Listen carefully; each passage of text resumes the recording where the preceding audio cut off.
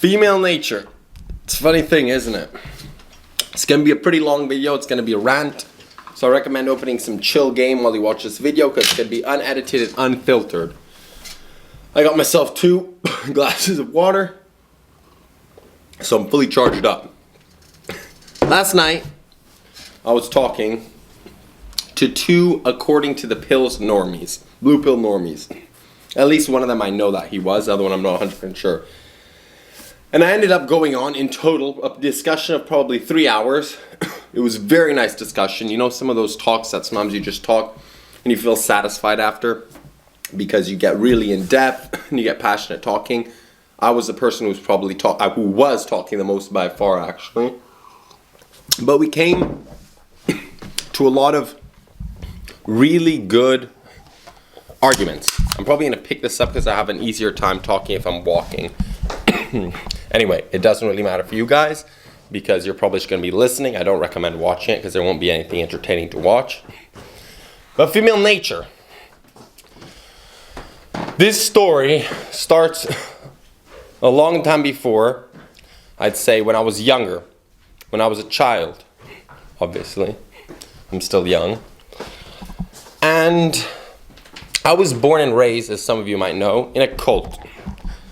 Some people might know it as the children of God. There was a lot of propaganda, most of which is false, some of which is true, which later turned out to becoming the Family International. And this group had a lot of interesting beliefs. A lot of blue pill beliefs, a lot of red pill beliefs, and a lot of black pill beliefs, believe it or not. So from the beginning, I had the whole spectrum of understanding. Fortunately enough, since in this cult, I'll call it, we would live in communities with multiple other families, multiple other people. It could have been from 20 people to 50 people. So I was always in contact of other children of my age, which helped a lot building a social base. But that's not what I'm talking about right now. What also happened is I ended up having particular interactions with girls from a very young age. I was a cute young boy, I was an ugly teenager, and I grew up to becoming a handsome man. As a young boy in this group, I remember I had one specific girlfriend who was my girlfriend from 6 to 11. For some of you it might sound weird. For me it was normality. And I would already have sexual experiences with this girl along with many other girls.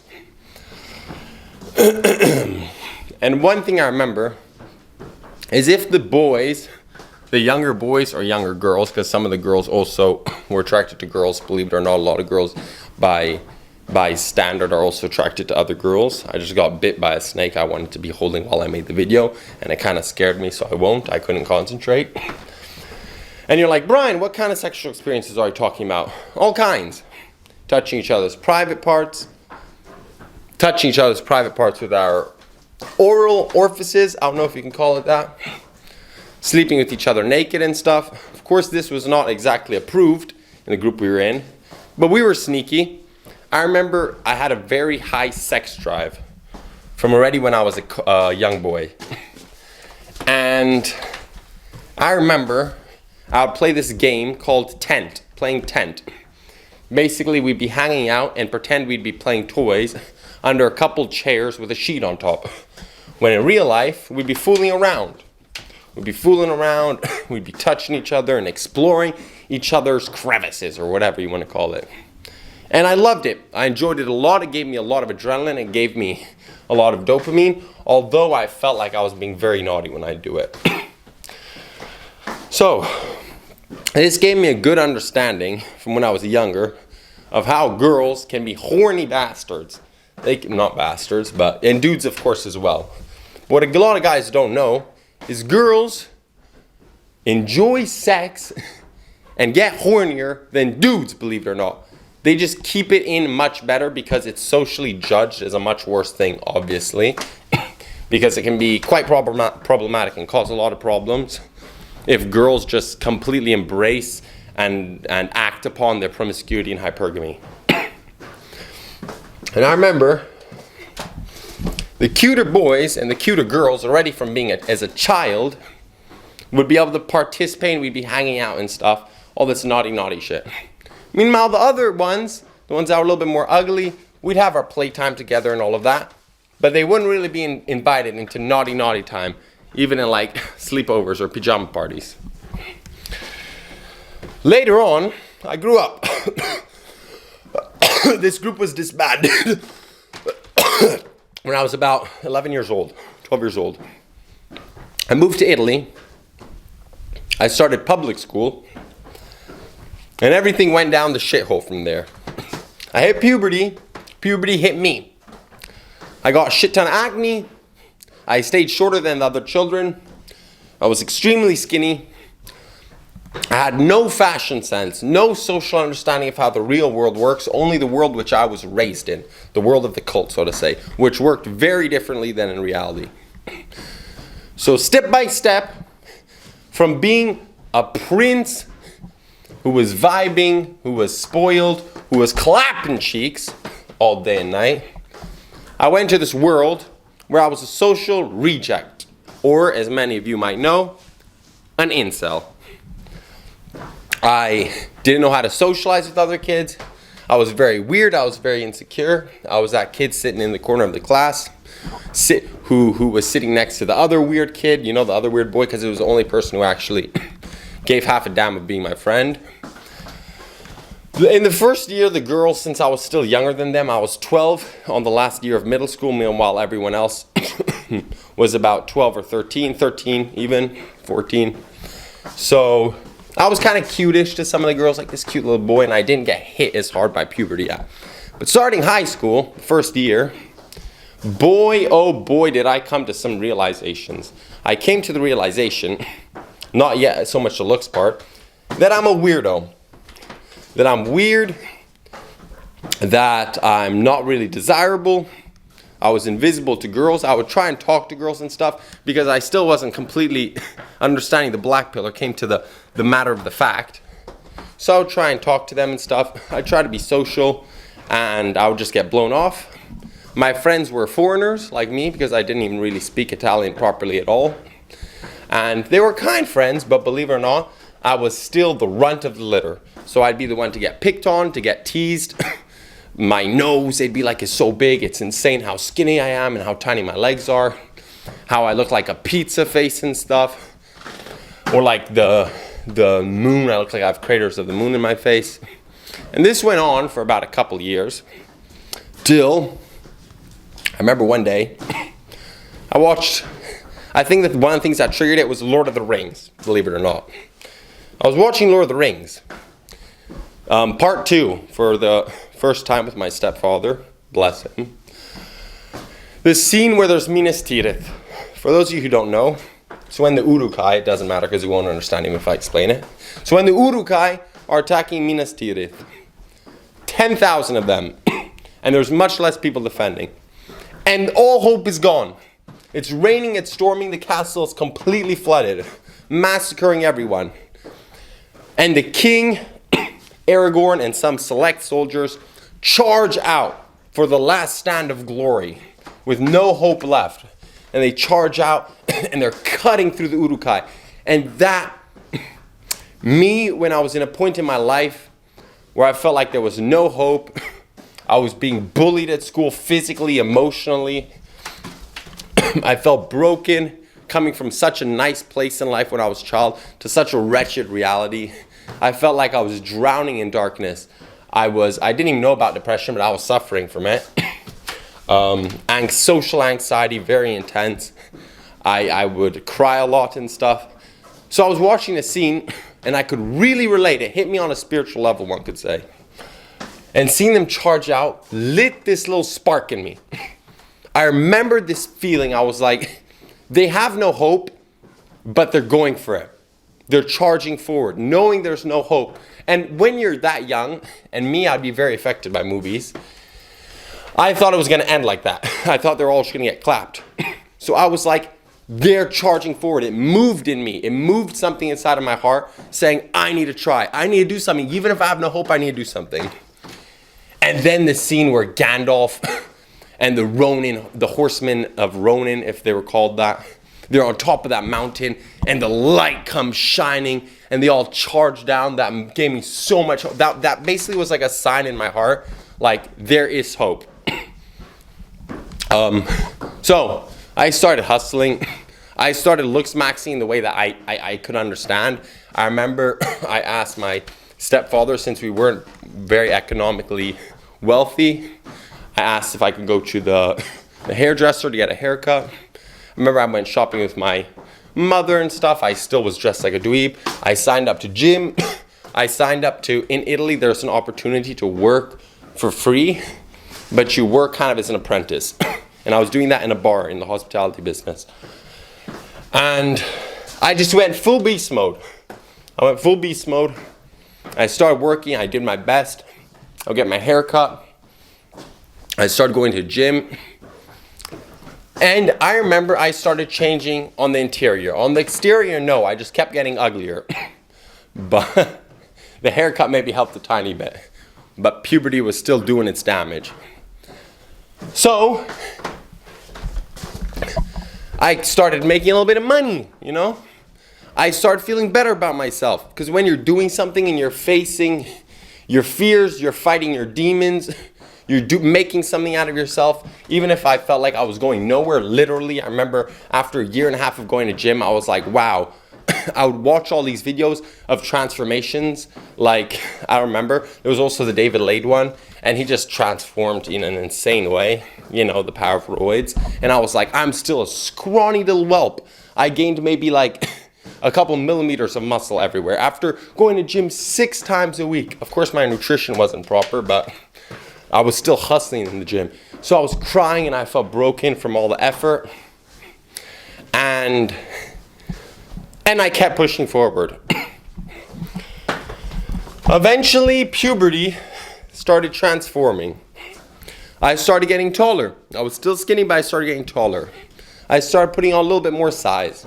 From working in the hospitality, I started gaining some more social skills. What did that do? That started building my confidence, my self-esteem, my charisma, my social skills. And I started getting the traction of a couple girls. More like maybe the sub 5 girls or the 5 out of 5, the absolute low tier normie girls. And I remember the first time the girl asked me on a date.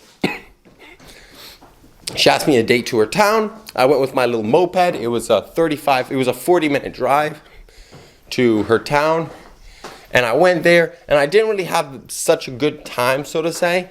Like, I was a little bit shy and stuff, but it was still cool. It was still special. I felt like, okay, some girl has some interest in me.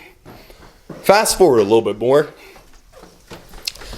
I met a group of people, a group of girls from university, and university guys. They were the, as we call in Italy, vipetti. They were kind of the VIPs, you know. They were all super attractive and stuff. Lowest were light Chads and light Stacys, and there were also Chads and Stacys. Some nice traits, a lot of bad traits. The promiscuity and hypergamy and infidelity of most of the girls and a couple of the guys was over the roof. It was brutal and it was insane. I remember I went to this campground in Italy where there was volleyball tournaments. I went with the school. And here is where I started seeing the seeds of the black pill. I was 16 here, or late 15, and there were these cute-ass girls who were like Stacys in my eyes then. Worst case scenario, they're light Stacys. One of them is actually together with an A-series football player, so she was a full-on Stacy. And they all had boyfriends, and I remember I even saw, as if it was like in a movie, the boyfriends saying goodbye to the girls before we got on the train to go to the city, which was kind of far away, where this camp would take place. This camp experience, which I ended up going the next 2 years, blew my mind on the amount of knowledge it gave me on female nature, or at least the dark side of it. I remember these girls took a liking to me. Because I was very authentic, I was charismatic, I was probably, by then, maybe a 6 out of 10, you know, low tier normie. No, that's a higher, or 5.5, maybe 6. But my character, my charisma and stuff, and my personality was pretty on point. Not a liking to me in a sexual market value way, but a liking to me semi-friend zone, you know? And there was a Chad called, I'll call him Victor. These girls were so nice in my eyes. I thought they were so nice. I remember how it all started, how I got into the social circle. I gave one of my friends, well, I met him there, and I was trying to be super charismatic there, who had like a sore shoulder. I gave him a massage.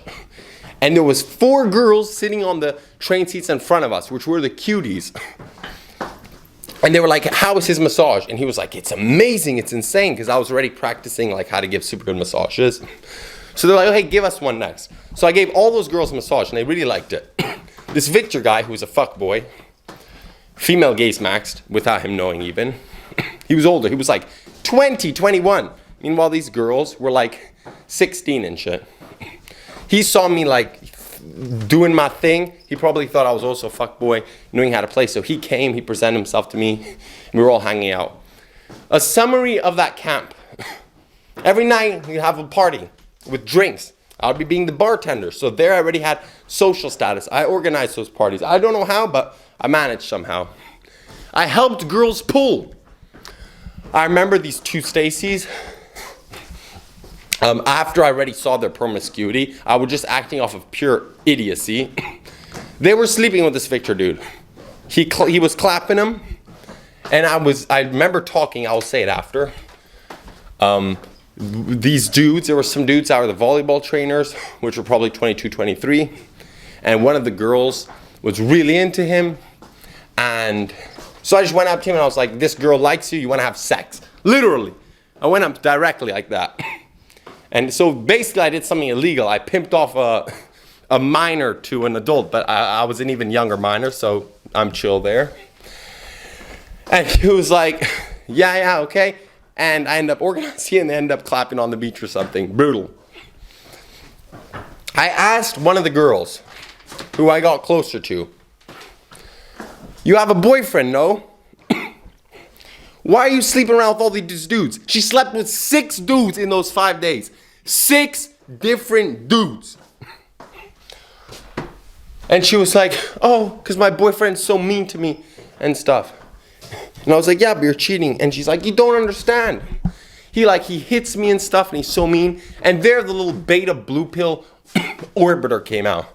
Oh, that's so mean, blah, blah, blah. But still, I wasn't fully convinced. Because I was like, it's still ratchet that she's doing this. If I had a girlfriend, I wouldn't want her to be doing that at all. Fast forward. We get back there. We get back to our town. I stay in contact with this girl. She invites me to her apartment where she lives. I meet her boyfriend. Nicest guy ever. I ended up building a friendship with him. He was older than me. Such a nice guy. Such a gentleman to her. She would be manipulative, gaslighting, toxic with him. And she'd be physically abusive with him sometimes, throwing shit at him, scratching him. I never saw him lay his hands on her. I never heard him be verbally abusive with her, only from the other way around. And I remember, this will blow your guys' mind. She invited me to her apartment. And she, even then, when he'd just leave that evening, there'd be other dudes. That Victor dude, which would be clapping her cheeks, would be there. And he'd be clapping her and her girlfriends as well. In the other camp, I forgot this camp where we went to, this Bibione camp. One night, there was Victor, the 2 Stacys, a low-tier normie girl, and a normie girl. And they were going into the room, and I saw them whispering and trying to organize something and shit like that. And they were like, come with us in the room. So I go with them in the room, guys. Full on virgin. And crazy. And they're all laying in bed, and they're kind of chit-chatting and shit. And I lay next to the absolute Giga Stacy, the one that ended up with the football player. Then on the other side was the other Stacy. He was in the middle, and the other 2 girls on his left. No, just one other one. It was the normie girl, not the low-tier normie. She wasn't invited. Oh, she was. What the fuck am I talking about? And he starts touching another girl, and I start to hear her groan. And I'm fucking embarrassed as shit. I don't know what to do. And The Omega Stacy starts touching my foot with hers and playing with it. And I got no idea what she's doing. I had no idea. By God, if it was me in this moment, I would have told Victor to get the fuck out of that room and I would have dug him out till they bust. But I had no idea, guys. So what ended up happening is an orgy went on right beside me, and I was like, she's like, oh, are you okay, Brian? Touching me and shit. Not my private part, but like my chest and shit. And I was like, I'm tired, I'm gonna go to sleep. And I go to sleep right there next to them, and they're digging each other out, bro. Oh my God. Bruh. So basically we go back, and this girl, this Stacy, I'm in her apartment. She's like, just stay the night, Brian. And I'm like, okay. I see there's this fold out bed, so I start grabbing it to start preparing. She's like, what are you doing? I'm like, I'm preparing a bed to sleep here tonight. She's like, you can sleep with me in the bed. I'm like, okay, whatever. I get into bed with her. She has her panties on and her bras. She's like, what? You sleep with your clothes on? And I was like, no. She's like, okay, take them off. Sleep in your underwear. So I'm sleeping with her. I'm laying next to her. I'm not sleeping yet. She says, give me a massage. So I'm massaging her. And she's like, massage my legs. She starts moving, pushing her ass out. By the way, in the other camp, I was already massaging the girls. I would already be massaging them in their panties and shit. And the Omega Stacy would be like pushing her ass out and shit, moaning. That kind of helped activate the sexual market value of myself because they saw that I was good with my hands. And I can bet you, since I was so confident massaging them and I was so confident in their regards, they probably thought I was digging girls out. Even if I was a complete normie, they probably thought I was digging girls out because of my delusional confidence. So I'm giving her a massage and she's like, massage my ass. So I'm massaging her glorious Venezuelan, half Venezuelan Italian ass. So glorious. And I'm getting like hard, but then I stop. Because I was a virgin and I was scared. And I'm laying next to her. And she was like, let's spoon each other. So I'm spooning her. And I said, does it bother you? Because I had a fucking rock hard 69-inch fucking hard on. She's like, no, it's fine. So, after I go home the next day, and she reinvites me to her apartment another time, and I sleep there another night, and this happens 3 times. And oh my God, guys, one day, I wake up, and her boyfriend's like, hey, Brian, and shit. And I'm laying in bed next to her, in my underwear. I wasn't even embarrassed or anything, because I was so fucking blue-pilled and unsexually aware, I didn't even know it was a bad thing. Like, I didn't know what a bad thing it was. But he was chill about it as well. He was kind of chill. But later on, when I knew him and I was a friend, he asked me multiple times if I slept with his girlfriend. And I totally honestly said, no, I didn't. Now I totally understand why he asked me that. Poor guy. And it gets worse, guys. I had this vest I would always wear, this black vest with some yellow stripes. And inside, I would always have 2 condoms. Just in case I would get lucky. Like that would have ever happened with my beta ass, scared ass virgin booty spliffing on Spliffy McGlizzy. And he sends me a picture on WhatsApp one day. If you don't know what WhatsApp is, it's a messaging platform used a lot in Italy. And he sends me a picture with the 2 condoms in his hand. I'm at the gym. And he says, Brian, what are these? And there I go, boom. I'm like, oh, shit. There I understand the situation. And I just say the honest thing, I always have them on me just in case I might get lucky or shit. This girl keeps on cheating and shit. She would be digging out the other dudes from the group. And yeah, I'm gonna cut from this part of the story because I think I've gone in depth enough. That's just a little taste, a little schmecker of the experiences I've had with female nature, at least the dark side of female nature. If you guys found it interesting and you'd like more stories like this, because I got a fuck ton of these stories, you wouldn't even believe it, I'll get into it, okay? I had a fun time talking about it. I had a fun time expressing these cringe-ass experiences I had. So yeah, thank you guys. Till the next time. Peace.